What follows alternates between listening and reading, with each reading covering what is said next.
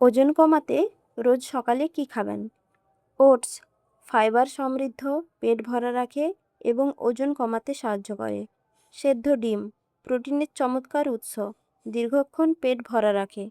বাদাম স্বাস্থ্যকর ফ্যাট ও প্রোটিন সমৃদ্ধ, মেটাবলিজম বাড়ায়। আপেল ফাইবার ও ভিটামিনে ভরপুর, ক্যালোরি কম, পেট ভরা রাখে। লেবু জল শরীর ডিটক্স করে, মেটাবলিজম বাড়ায় এবং হজমে সাহায্য করে। টক দই প্রোবায়োটিক সমৃদ্ধ, হজম ভালো রাখে ও পেট ভরা রাখে। এই সমস্ত খাবার হজমের শক্তি বাড়ায়, হার্টকে সুস্থ রাখে, ত্বক উজ্জ্বল করে, শরীর রাখে এনার্জেটিক। প্রতিদিন সকালে পর্যাপ্ত জল পান করুন।